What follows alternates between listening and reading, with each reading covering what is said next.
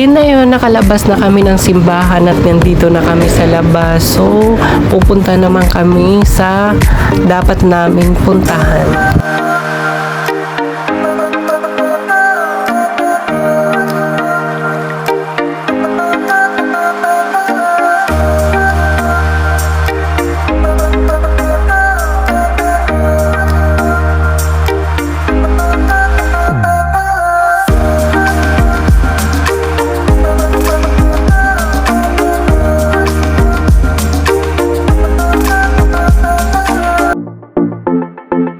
Ayun na nga mga guys, so namiss ko talaga yung aking mga gawang gown cheers. So namiss ko talaga dahil may nakita ako dito sa Baclaran na mga gown.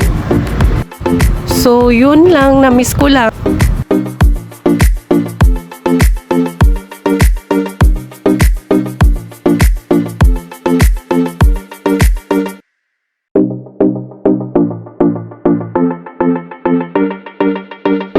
So ito na nga yung sinadya ko sa Baclaran. Bumili ako ng mga fashion dress. So ito talaga yung fashion ko. So naloka lang talaga ako kasi akala ko hindi bagay sa akin kasi dati ang lalaki ng mga muscle ko. So dahil sa mga iniinom ko, mga pang HRT ko, na-feminize yung katawan ko. So ito, bagay na sa akin yung mga ganitong style ng dress.